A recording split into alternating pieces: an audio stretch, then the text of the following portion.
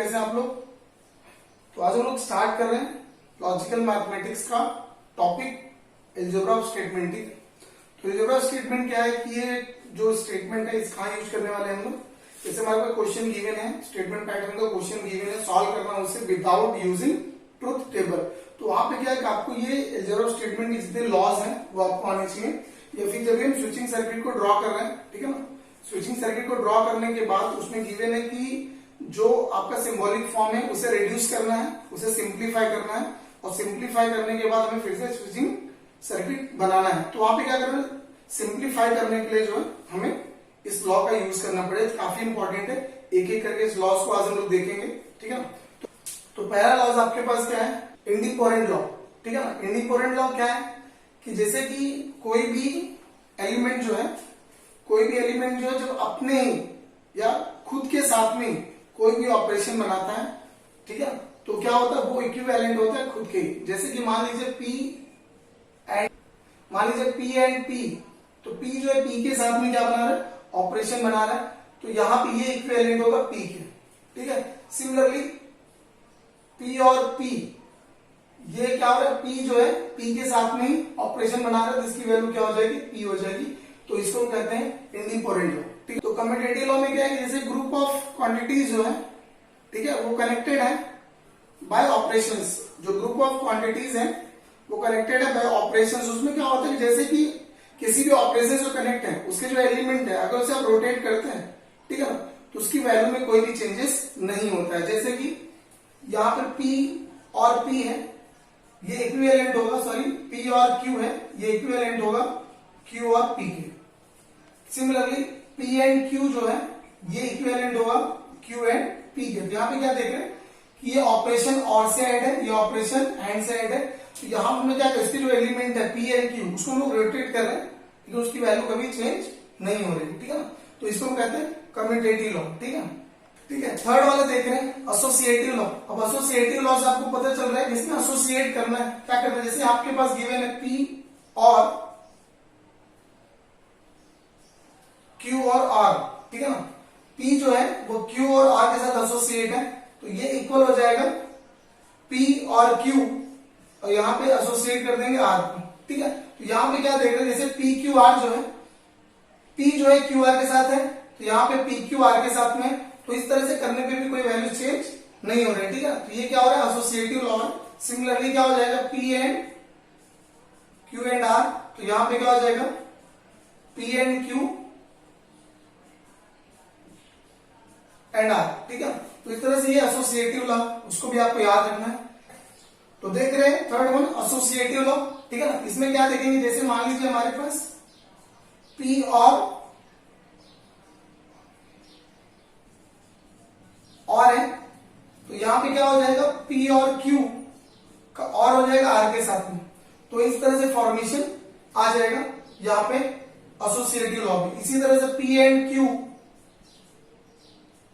R है, तो यहां पे क्या हो जाएगा P and Q and R, ठीक है। तो ये हो गया आपका एसोसिएटिव लॉ, ठीक है। अगला वाला क्या देख रहे हैं, डिस्ट्रीब्यूट लॉ, ठीक है। डिस्ट्रीब्यूट लॉ में क्या हो रहा है, जैसे P और Q एंड R आपको गिवन है, तो इसको डिस्ट्रीब्यूट में क्या हो जाएगा, P और Q एंड P और R, ठीक है ना।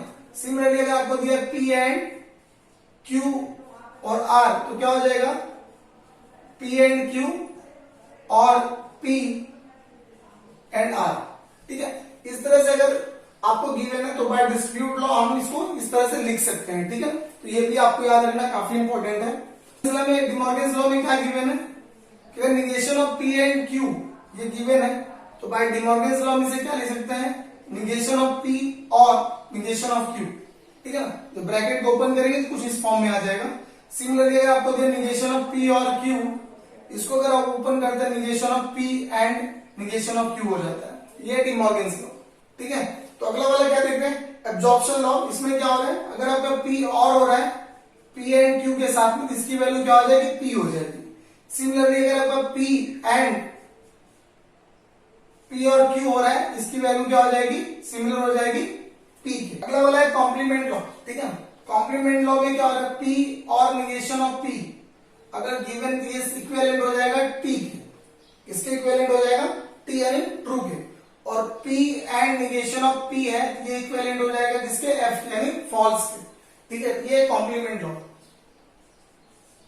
तो अगला वाला क्या है, इन्वोल्यूशन लॉ। इसमें क्या हो रहा है, निगेशन ऑफ P गिवन है, अगर इसका निगेशन लोग कर रहे हैं इसकी वैल्यू क्या हो जाएगी, P हो जाएगी। ठीक है, ये किससे इक्विवेलेंट हो जाएगा, P के। उससे निगेशन ऑफ अगर T है तो ये इक्विवेलेंट हो जाएगा F के, और निगेशन ऑफ F है तो ये इक्विवेलेंट हो जाएगा किसके, T के। ओके, तो ये क्या हो रहा है, इन्वोल्यूशन लॉ हो जाएगा। ठीक है, उसके बाद अगला टॉपिक आपका क्या है, आइडेंटिटी लॉ में देखेंगे। अगर आपका P जो है वो और हो रहा है F के साथ में तो ये इक्विवेलेंट हो जाएगा P के साथ में। ठीक है ना, अगर आपका P एंड हो रहा है F के साथ में तो ये इक्विवेलेंट हो जाएगा T के साथ में। तो अगर ये और हो रहा है आपका T के साथ में तो ये इक्विवेलेंट हो जाएगा T के साथ में, और P अगर एंड हो रहा है T के साथ में तो ये इक्विवेलेंट हो जाएगा P के साथ में। ठीक है, तो ये क्या हो गया आपका आइडेंटिटी लॉ में। ठीक है, काफी इंपॉर्टेंट, इसको भी आपको याद रखना है। नेक्स्ट वन है कंडीशनल लॉ। कंडीशनल आपका क्यों है, ये इक्विवेलेंट किसके हो जाएगा, negation of P conditional negation of Q, या जैसे लिख सकते ये इक्विवेलेंट होगा निगेशन ऑफ P और Q के। ठीक है, ये हो गया conditional law. And last one हो गया हमारा बायो कंडीशनल।